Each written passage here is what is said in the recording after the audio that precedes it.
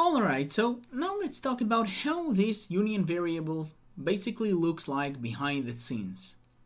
So first of all, simply saying when you created this variable, this my variable 1 of type union info, then this union definition basically seems like to have a few fields, right? There is the first name and the age, but this does not mean you created a structure. So if it was like, I don't know, if it was like, let's say struct, okay, so I don't know, struct info, and in this case there were like also two fields, okay, so field 1 and field 2, and basically then when you would have created this struct, it would look like this. So there was like a separate place for each field, so this was a place in memory for field 1 and a place in memory for field 2.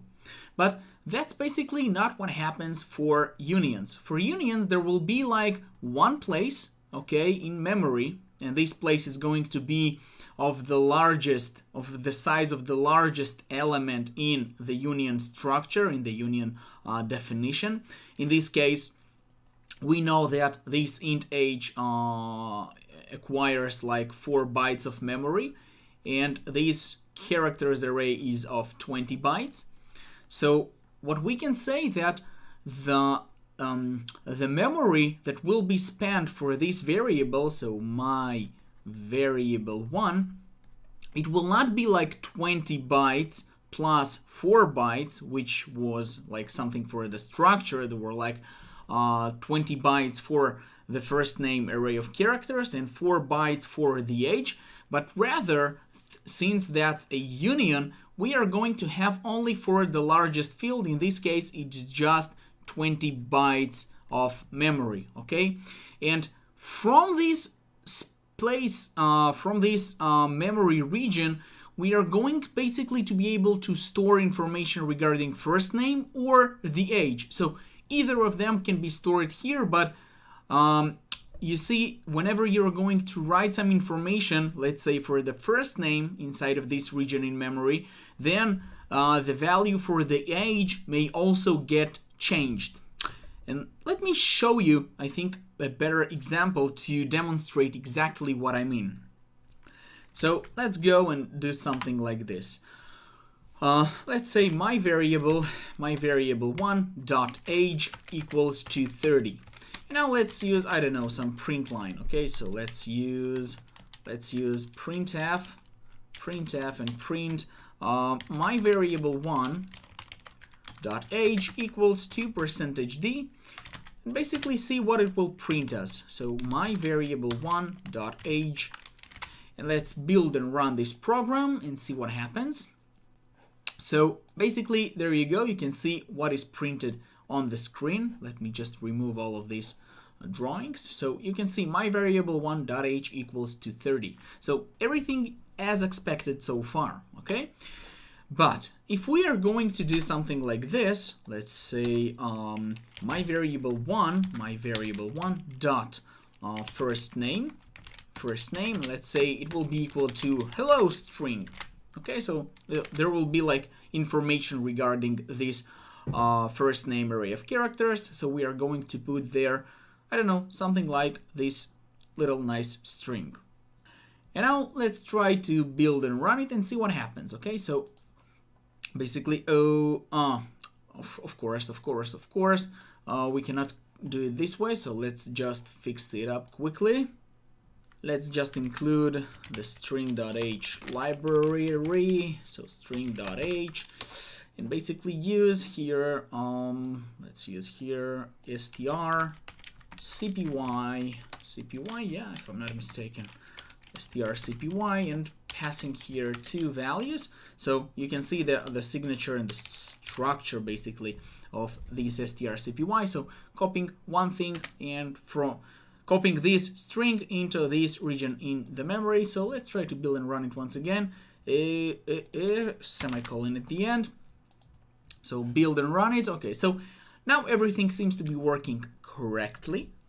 But now what I want us to do is simply let's try to print this string to the screen. Okay, so let's use, I don't know, put as, and put this string to the screen. So let's say, no, let's better say printf my variable dot first name equals to %s, and basically simply saying my variable dot first name.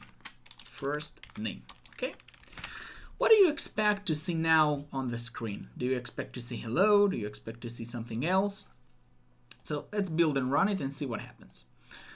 So it seems like everything is working correctly, and it's very similar to how the structs work in C programming language. So there is like my variable 1.age equals to 30, my variable dot first name equals to hello. So it seems, okay, it seems like from first glance, it seems like there are basically two fields, one for the age and one for the first name. And basically here we have like a value of 30, and here we have like a string of hello. So everything seems to be fine. But if that's the case, if that would be the structure, then it would make sense that if I would try to print this value once again, if I would try to print the age once again, then basically the value of 30 will also be printed, right? So let's build and run it and see what happens. So there you go. That's the new execution of this program. So beforehand, my variable 1.age was equal to 30. And then we printed the hello. Because we used the strcpy, we simply assigned the string hello to the my variable 1.firstname. And then we printed it out to the screen. And then we did not change at any step in this program my variable 1.age once again. But the value printed here does not make any sense at all. So why was it changed? Why was this my variable at age equal to 30 now changed to this strange value? And the answer is very simple, guys. That's because we used unions and not a structure, where in the structure there is a specific separated block of memory for each of these fields. And for unions, we simply have one region in memory that this region will store information for either of them. Okay, so there is this age. First of all, you put here 30. And then you said there is also first name.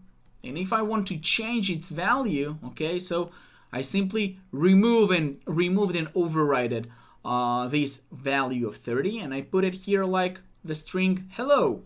Okay, so then again, when you try to access using this field of age in this union info variable that you created, my variable 1, then it's going to try to see the information, but the information regarding this 30 does not longer exist there. So it uses %d and kind of grabs some information from this HEELL and so on. Okay, so that basically what happens behind the scenes when you're using union variables.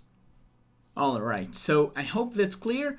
And now, just to emphasize and show you the differences, okay, to show you the differences between struct and unions, okay, so let's first of all say just this summary that first thing, a struct is just a block of memory which stores elements and fields that do not overlap. While the union is also a block of memory, okay, but it stores these several fields on just one place, okay? So they store it like taking the largest of these fields, and that's the only memory that is being allocated for this union variable. And that's why you can only store one of the data fields at any point in time when you're using unions. So let's see additional example. Maybe it will be better to demonstrate how it looks like. So what's that? Okay. So let's create struct. Let's create point struct. Okay, so point struct, and this structure is going to have two fields, int x and int y. Okay, and also we are going to create a union, point union, and this union is also going to have like two fields, int x and int y. Okay, now in the main function, let us create two things. Let us first of all create a structure. Okay, so let's create struct point struct. Let's call it point1. Okay, that's the variable name. And also let's create a union struct union. Not union. What was it? Point union. Point union. Point. Where is it? Union. Point union. Okay, so union point union, let's call it point2. Okay, so two variables we created, point1 and point2.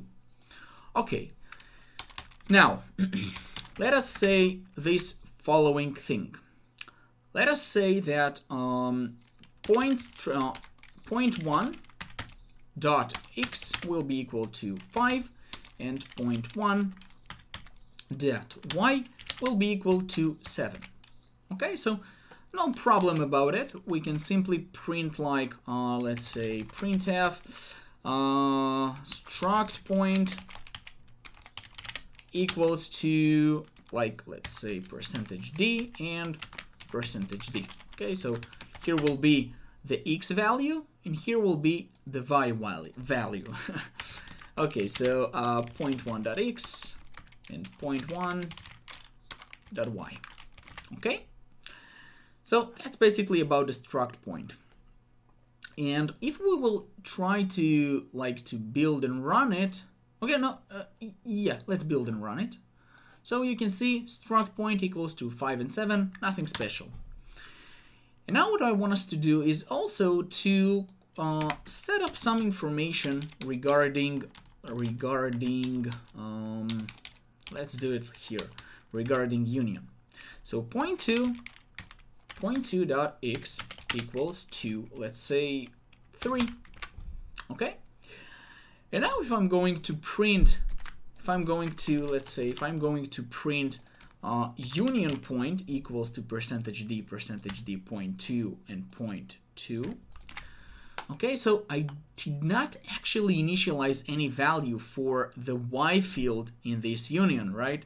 Basically, I've done it for the struct, but I haven't done it for the union. So if I'm going to build and run it, what do you expect will happen? So basically, if we will simply, we're not using point1 dot y equals to 7, then in this case, for struct, there will be like strange value, I don't know, 50 somehow got here, 50?